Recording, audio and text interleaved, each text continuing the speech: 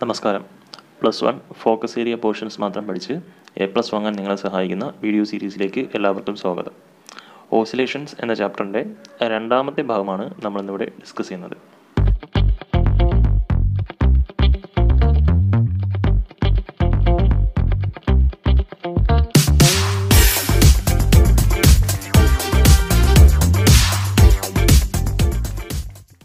അടുത്തതായി simple harmonic മോഷൻ്റെ ഡിസ്പ്ലേസ്മെൻറ്റിൻ്റെ mathematical എക്സ്പ്രഷനാണ് നമുക്ക് പഠിക്കാനുള്ളത്. അതിനായി നമ്മളിവിടെ ഒരു പാർട്ടിക്കിൾ എടുത്തിരിക്കുകയാണ്. ബ്ലൂ കളർ കാണുന്ന ഇതാണ് പാർട്ടിക്കിൾ. ഈ പാർട്ടിക്കിളിന് റൈറ്റിലോട്ടും ലെഫ്റ്റിലോട്ടും ഈ ഒരു സ്ട്രെയിറ്റ് ലൈനിൽ കൂടി മൂവ് ചെയ്യാൻ സാധിക്കും. റൈറ്റിലോട്ടും ലെഫ്റ്റിലോട്ടും ടു ആൻഡ് ഫ്രോ മോഷൻ ആണ് എന്ന് കാണിക്കുന്ന ആരോയാണ് ഇവിടെ ഇട്ടിരിക്കുന്നത്. അപ്പോൾ ഈ നടുക്കുള്ള പൊസിഷൻ ഇതിൻ്റെ മീൻ പൊസിഷനാണ്. ഇങ്ങേയറ്റവും അങ്ങേയറ്റവും എക്സ്ട്രീം പൊസിഷൻസ് ആണ്. നെഗറ്റീവ് സൈഡിലുള്ള, അതായത് ലെഫ്റ്റ് സൈഡിലുള്ള എക്സ്ട്രീം പൊസിഷൻ്റെ ഡിസ്റ്റൻസിനെ നമ്മൾ -a എന്ന് എഴുതിയിട്ടുണ്ട്. a എന്ന് പറഞ്ഞാൽ ആംപ്ലിറ്റ്യൂഡിനെ കൊടുക്കുന്ന, ആംപ്ലിറ്റ്യൂഡ് എന്ന് കാണിക്കുന്ന സിമ്പിളാണ് a.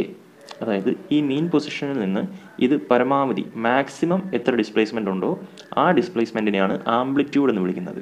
ഇത് നെഗറ്റീവ് സൈഡിലുള്ള ആംപ്ലിറ്റ്യൂഡ് -aയും ഇത് പോസിറ്റീവ് സൈഡിലുള്ള റൈറ്റ് സൈഡിലുള്ള ആംപ്ലിറ്റ്യൂഡ് +aയുമാണ്. ഓക്കെ, അപ്പോൾ ഇവിടെ നിന്ന് ഈ അറ്റം വരെയുള്ള ഡിസ്റ്റൻസ് ആണ് ആംപ്ലിറ്റ്യൂഡ്, അല്ലെങ്കിൽ ഇങ്ങോട്ടുള്ള distance. Consider a particle oscillating back and forth. Back and forth എന്ന് പറഞ്ഞാൽ പുറകിലേക്കും മുന്നിലേക്കും. About the origin of X axis between the limits +a and -a as shown in the figure. അപ്പോൾ ഈ ഫിഗർ കാണിച്ചിരിക്കുന്ന പോലെ ഒറിജിനിൽ നിന്ന് റൈറ്റിലേക്കും ലെഫ്റ്റിലേക്കും -a തൊട്ട് +a വരെ ഓസിലേറ്റ് ചെയ്യണം, ബാക്ക് ആൻഡ് ഫോർത്ത് ഓസിലേറ്റ് ചെയ്യണം. This oscillatory motion is said to be simple harmonic motion if the displacement x of the particle from the origin varies with the time as. അപ്പോൾ ഇങ്ങനെ oscillate ചെയ്യുന്ന ഈ പാർട്ടിക്കിളിൻ്റെ മോഷനെ simple harmonic motion എന്ന് വിളിക്കണമെങ്കിൽ നമുക്കിതിൻ്റെ ഡിസ്പ്ലേസ്മെൻറ്റിന് കൊടുക്കുന്ന letter x ആണ്. ആ ഡിസ്പ്ലേസ്മെൻറ്റിന് ഏത് രീതിയിൽ എഴുതാൻ പറ്റണം? ഡിസ്പ്ലേസ്മെൻറ്റ് എക്സ്പ്രഷൻ ഈ രീതിയിൽ വന്നാൽ മാത്രമേ അത് സിമ്പിൾ ഹാർമോണിക് മോഷനാണ് എന്ന് പറയാൻ പറ്റൂ. എന്താണ് displacement equation? X of T എന്ന് പറഞ്ഞാൽ ഓഫ് ടി, ബ്രാക്കറ്റിൽ ഇരിക്കുന്നത് ഓഫ് ടി എന്ന് വായിക്കണം, അല്ലെങ്കിൽ അത് വായിച്ചില്ലെങ്കിലും കുഴപ്പമില്ല. അതായത് ടൈമിനനുസരിച്ചാണ് ഡിസ്പ്ലേസ്മെൻറ്റ് വേരി ചെയ്യുന്നത്, അല്ലേ? അപ്പോൾ ഇത് ഒന്നാമത്തെ സെക്കൻഡിൽ ഇതുവരെ ആയിരിക്കും എത്തുന്നത്, രണ്ടാമത്തെ സെക്കൻഡിൽ ഇതുവരെ എത്തുമായിരിക്കും. അപ്പോൾ ടൈമിനനുസരിച്ച് ഡിസ്പ്ലേസ്മെൻറ്റ് മാറിക്കൊണ്ടിരിക്കുകയാണ്. അതുകൊണ്ട് തന്നെ ഡിസ്പ്ലേസ്മെൻറ്റ് എന്ന് പറയുന്നത് ടൈമിൻ്റെ ഫംഗ്ഷനാണ്.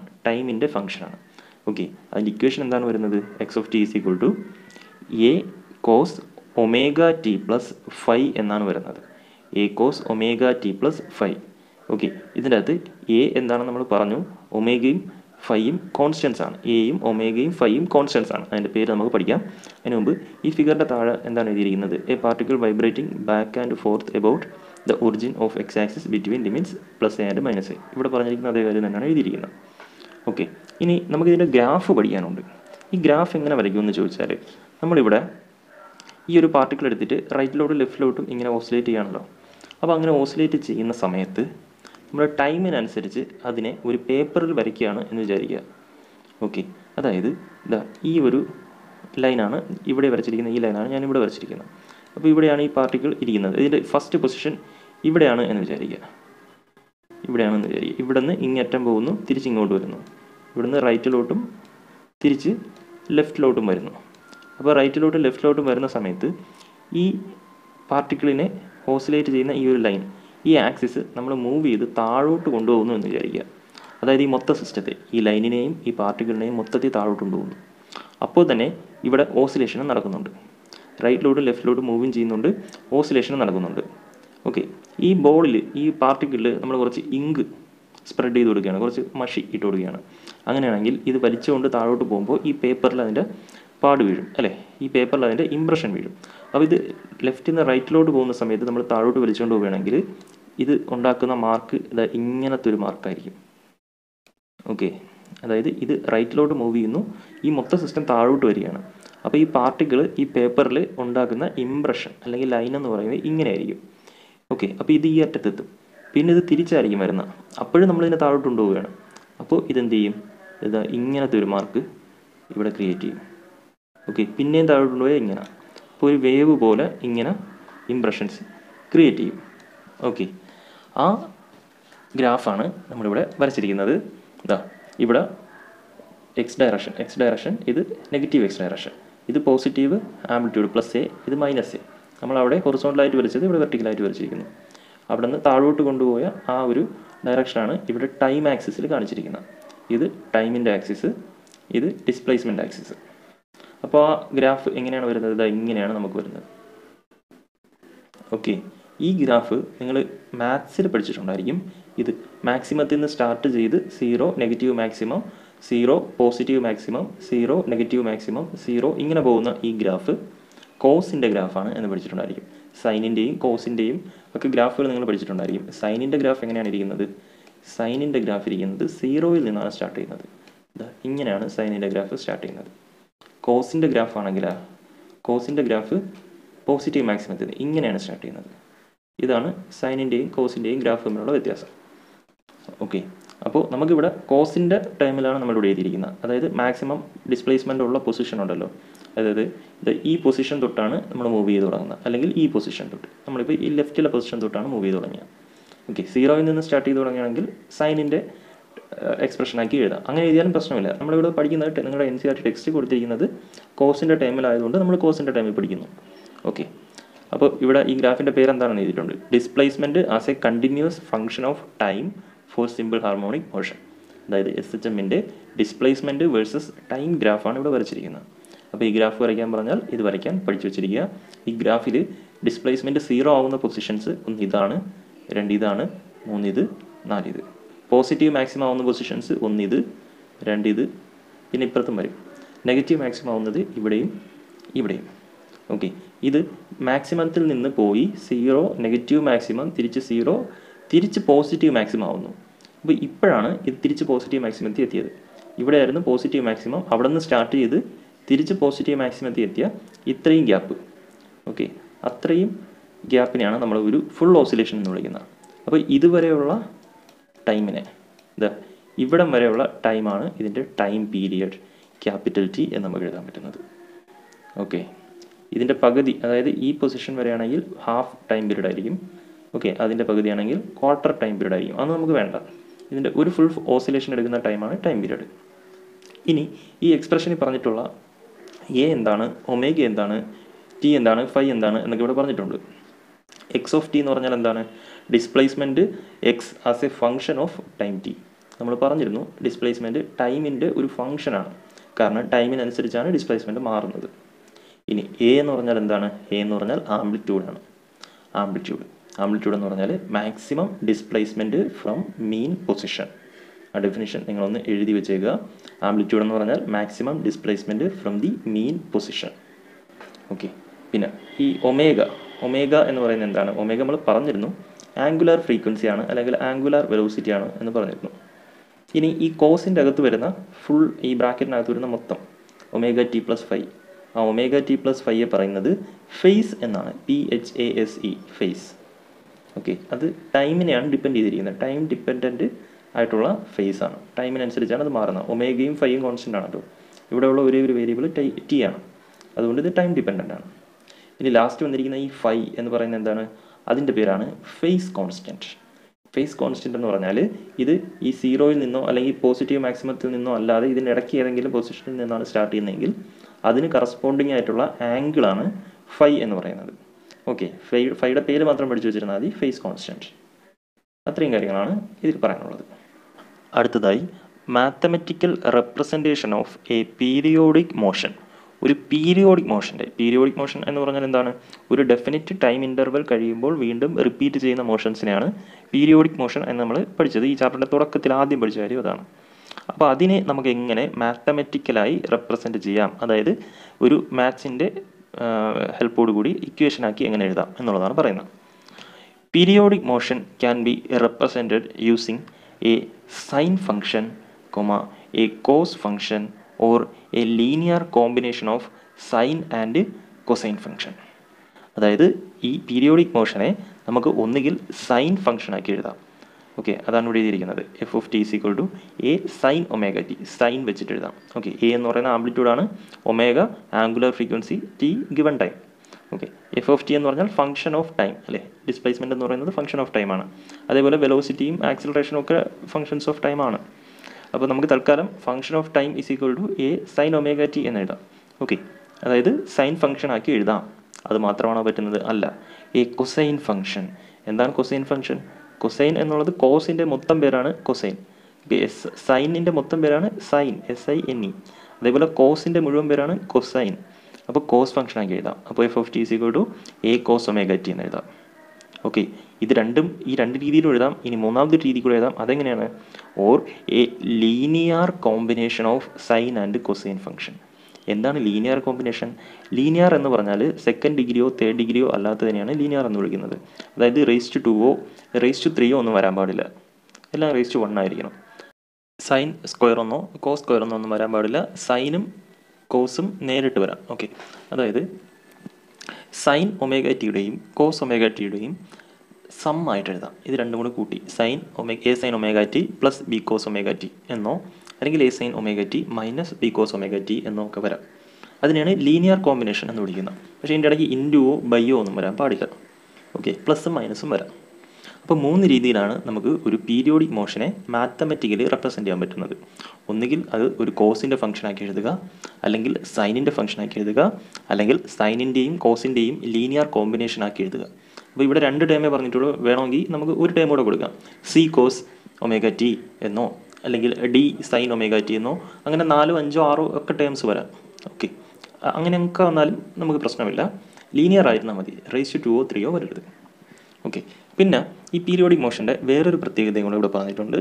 A periodic function has the property F of T plus T is equal to F of T, where capital T is the time period of the function.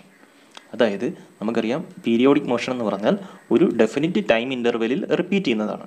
Okay, suppose ആ ഒരു time interval 5 സെക്കൻഡാണ് എന്ന് വിചാരിക്കുക. അപ്പോൾ capital T എന്ന് പറയുന്നത് 5 സെക്കൻഡാണ് എന്ന് വിചാരിക്കുക. അങ്ങനെയാണെങ്കിൽ ഓക്കെ,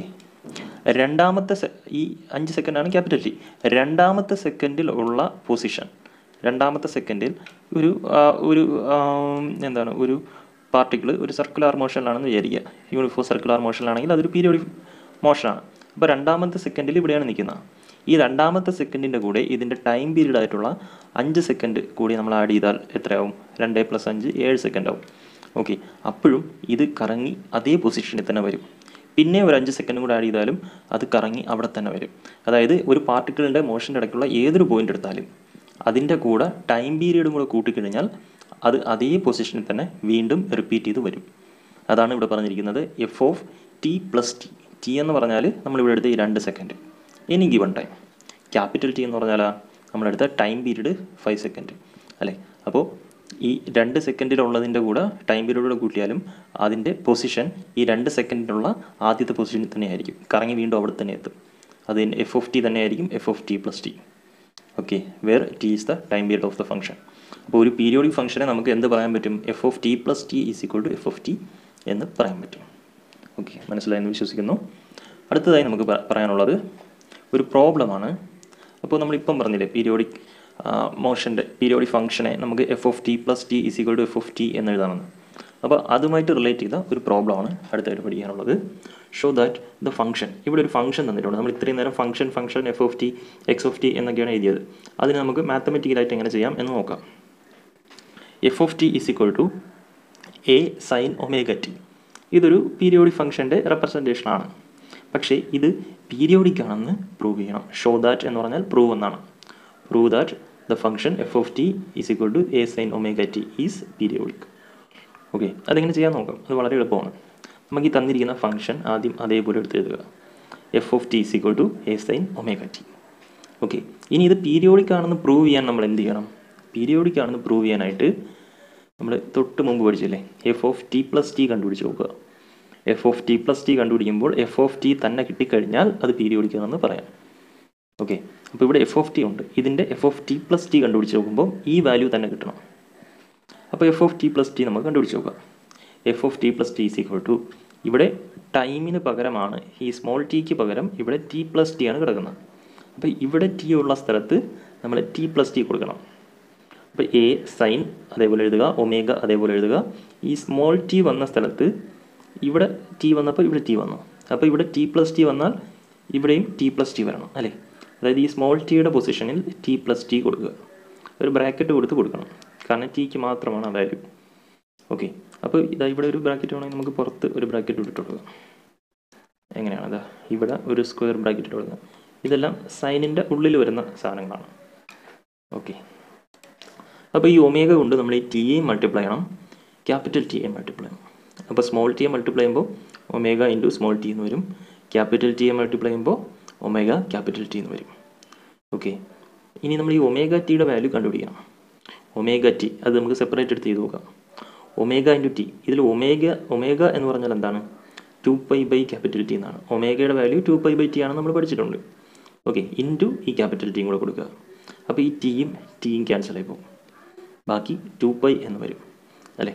അപ്പോൾ ഈ ഒമേഗ ഇൻറ്റു ക്യാപിറ്റൽ ടിയെ നമുക്ക് 2π എന്ന് എഴുതാം. അപ്പോൾ F of T plus T ആണ് നമ്മൾ കണ്ടുപിടിച്ചുകൊണ്ടിരുന്നത്. F of T plus T is equal to A sine അതേപോലെ എഴുതി. ഇവിടെ ഈ ഒമേഗ ടി അതേപോലെ എഴുതി. ഒമേഗ ഇൻറ്റു ക്യാപിറ്റൽ ടിക്ക് പകരം 2π എന്ന് കൊടുക്കുക. ഓക്കെ, ഇനി നമ്മൾ മാത്സിൽ പഠിച്ചിട്ടൊരു റിലേഷൻ ഉണ്ട്. ഇതാണ് റിലേഷൻ. സൈൻ ഓഫ് തീറ്റ അല്ലെങ്കിൽ X plus 2π. Sine X plus 2π ചെയ്ത് കഴിഞ്ഞാൽ സൈൻ എക്സ് എന്ന് തന്നെ കിട്ടും. Sine X plus 2π is equal to sine X. ഇത് കോസിനാണെങ്കിലും ഇങ്ങനെയാണ്. കോസ് ഓഫ് എക്സ് പ്ലസ് 2π ചെയ്താലും കോസ് എക്സ് എന്ന് കിട്ടും.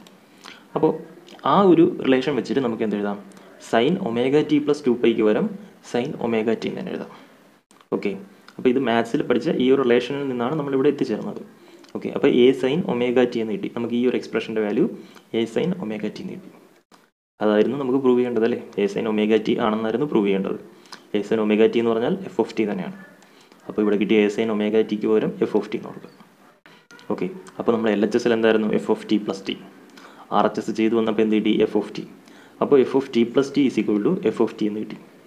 Okay, F of T plus T is equal to F of T എന്ന് കിട്ടുകയാണെങ്കിൽ അതൊരു പീരിയോഡിക് മോഷനാണ് അല്ലെങ്കിൽ പീരിയോഡിക് ഫംഗ്ഷനാണ്.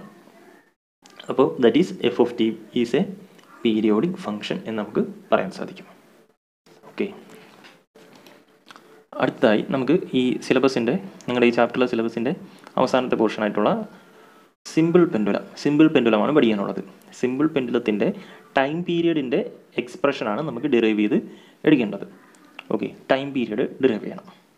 Period of oscillation of A simple pendulum. ഇത് കൂടാതെ നിങ്ങൾക്ക് ഒരു സ്പ്രിങ്ങിൻ്റെ ഓസിലേഷൻ്റെ ടൈം പീരിയഡ് പ്രൂവ് ചെയ്തെടുക്കേണ്ടതായിട്ടുണ്ട്. പക്ഷേ അത് നിങ്ങളുടെ ഫോക്കസ് ഏരിയയിൽ ഇല്ലാത്തതാണ്.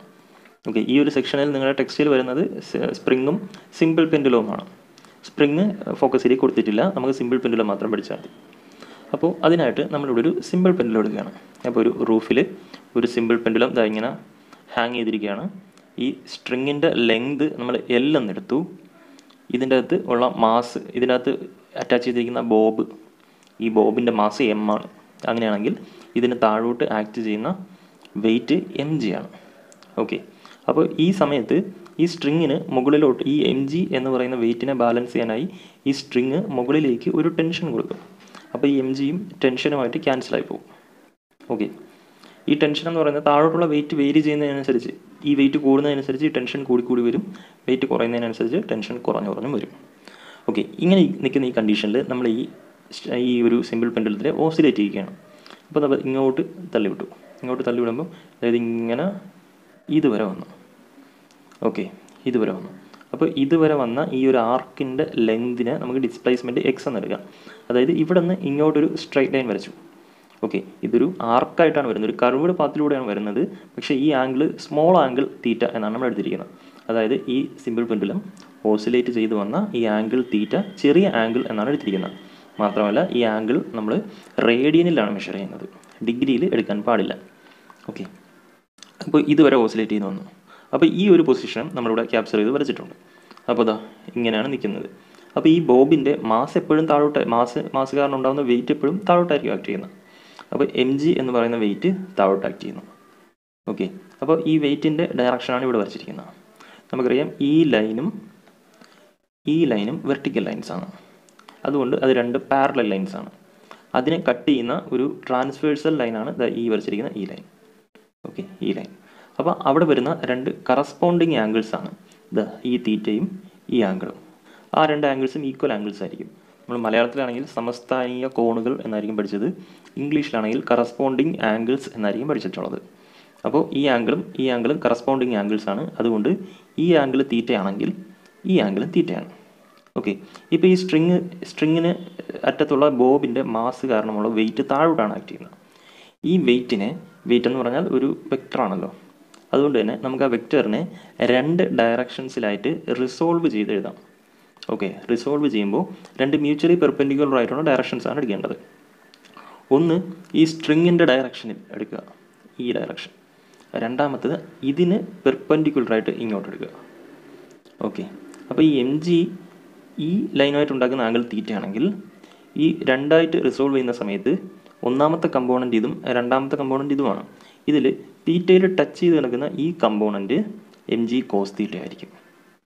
തീറ്റയിൽ ടച്ച് ചെയ്യാതെ കിടക്കുന്ന ഈ component M G sine theta ആയിരിക്കും. അപ്പോൾ M G cos theta, M G sine theta. ഇതിൽ എം ജി കോസ് തീറ്റ ഈ സ്ട്രിങ്ങിൻ്റെ ടെൻഷനുമായി ക്യാൻസലായി പോകും. എം ജി കോസ് തീറ്റയും സ്ട്രിങ്ങിൻ്റെ ടെൻഷനും തമ്മിൽ മ്യൂച്വലി ക്യാൻസലായി പോകും. അതായത് ഈ ബോബ് ഇങ്ങോട്ടോ മൂവ് ചെയ്യത്തില്ല. അത് രണ്ടും ഈക്വൽ ഫോഴ്സസ് ആണ്. ഓക്കെ, പക്ഷേ ഈ എം ജി സൈൻ തീറ്റ എന്ന് പറയുന്ന കമ്പോണൻറ്റ് ഇങ്ങോട്ടാണ് കിടക്കുന്നത്. ഇതിനെ ബാലൻസ് ചെയ്യാൻ ഇവിടെ ഫോഴ്സ് ഒന്നുമില്ല. അതുകൊണ്ട് തന്നെ ഈ എം ജി സൈൻ തീറ്റ എന്ന് പറയുന്ന ഫോഴ്സിൻ്റെ കമ്പോണൻ്റാണ് ഈ ഒരു ബോബിനെ തിരിച്ച് അതിൻ്റെ മെയിൻ പൊസിഷനിലോട്ട് വലിച്ചെടുപ്പിക്കുന്ന restoring force. Okay, restoring force. ഈ എം ജിയെ നമ്മൾ M G sine theta, M G cos theta എന്നിങ്ങനെ രണ്ടായിട്ട് റിസോൾവ് ചെയ്ത് കഴിഞ്ഞാൽ പിന്നെ ഈ എം ജി ഇല്ല. ഈ ഫോഴ്സിനെയാണ് 1, 2 എന്ന് പറഞ്ഞ് നമ്മൾ റിസോൾവ് ചെയ്തത്. അതിൽ എം ജി കോസ് തീറ്റ ക്യാൻസലായി പോയി. എം ജി സൈൻ തീറ്റയാണ് ഇവിടുത്തെ റീസ്റ്റോറിങ് ഫോഴ്സ്. അതായത് ഇത് റൈറ്റിലേക്ക് പോകുന്ന സമയത്ത് അതിൻ്റെ മെയിൻ പൊസിഷനിലേക്ക്, അതായത് ലെഫ്റ്റിലേക്ക് വലിച്ചടിപ്പിക്കുന്ന ഫോഴ്സ് എം ജി സൈൻ തീറ്റയാണ്. അപ്പോൾ restoring force F is equal to minus M G sine theta എന്നെഴുതാം. കാരണം എന്താണ്? മൈനസ് കൊടുക്കാനുള്ള കാരണം എന്താണ്? ഇത് റൈറ്റിലേക്ക് പോകുമ്പോൾ ഫോഴ്സ് ലെഫ്റ്റിലേക്ക് ആക്ട് ചെയ്യുന്നത് കൊണ്ടാണ് മൈനസ് കൊടുത്തത്. മൈനസ് എം ജി സൈൻ തീറ്റ. ഓക്കെ, പിന്നെ നമ്മളിവിടെ ഒരു കാര്യം പറഞ്ഞിരുന്നു. ഈ ആംഗിൾ തീറ്റ എന്ന് പറയുന്നത് ചെറിയ ആംഗിളാണ്, സ്മോൾ ആംഗിളാണ്. അപ്പോൾ സ്മോൾ ആംഗിൾ ആണെങ്കിൽ, ഫോർ സ്മോൾ ആംഗിൾ, നിങ്ങൾ മാത്സിൽ ഇതിങ്ങനെ പഠിച്ചിട്ടുണ്ടായിരിക്കും. For small angle sine theta is equal to, ചെറിയ ആംഗിൾ, റേഡിയനിൽ എടുക്കുന്ന ചെറിയ angle sine theta is equal to theta ആയിരിക്കും. Sine theta is equal to theta ആയിരിക്കും. ഇത് എങ്ങനെ കിട്ടും എന്ന് ചോദിച്ചാൽ നിങ്ങൾ കാൽക്കുലേറ്റർ എടുത്തതിന് ശേഷം കാൽക്കുലേറ്ററിൽ മോഡ് റേഡിയനിലോട്ട് മാറ്റുക. കാൽക്കുലേറ്ററിൽ എങ്ങനെയാണ് മോഡ് മാറ്റുന്നത് എന്നുള്ളത് കാൽക്കുലേറ്ററിൻ്റെ വീഡിയോ സെപ്പറേറ്റ് പ്ലേലിസ്റ്റ് ആയിട്ട് കൊടുത്തിട്ടുണ്ട്. കണ്ടിട്ടില്ലാത്തവർ അത് കണ്ടു നോക്കുക. അപ്പോൾ മോഡ് റേഡിയനിലോട്ട് മാറ്റിയതിന് ശേഷം നിങ്ങൾ സൈൻ ഓഫ് 0.1 കണ്ടുപിടിച്ച് നോക്കുക. അപ്പോൾ നിങ്ങൾക്ക് ആൻസർ 0.1 എന്ന് തന്നെ കിട്ടും. സൈൻ 0.2 കണ്ടുപിടിച്ച് നോക്കുക, അപ്പോഴും 0.2 എന്ന് കിട്ടും. ഓക്കെ, അതായത് ചെറിയ ആംഗിളിലാണ് തീറ്റ എന്നുണ്ടെങ്കിൽ സൈൻ തീറ്റയും ഈക്വൽ ആയിരിക്കും. അപ്പോൾ അതുകൊണ്ട് നമുക്ക് എന്ത് എഴുതാം?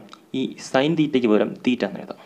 അപ്പോൾ എം ജി ഇൻറ്റു തീറ്റ, അപ്പോൾ മൈനസ് എം ജി തീറ്റ എന്ന് കിട്ടും റീസ്റ്റോറിങ് ഫോഴ്സ്. സ്മോൾ ആംഗിൾ തീറ്റയ്ക്കാണ് അങ്ങനെ എഴുതാൻ പറ്റുന്നത്. ഇനി നമുക്കൊരു റിലേഷൻ ഉണ്ട്. Angle is equal to arc by radius. Angle is equal to arc by radius. Angle എന്ന് പറഞ്ഞാൽ തീറ്റ, ആർക്ക് എന്ന് പറഞ്ഞാൽ ഇവിടെ നിന്ന് ഇങ്ങനെ വരയ്ക്കുന്ന ഈ ഒരു ഡിസ്പ്ലേസ്മെൻറ്റിൻ്റെ ലെങ്ത് ആണ്.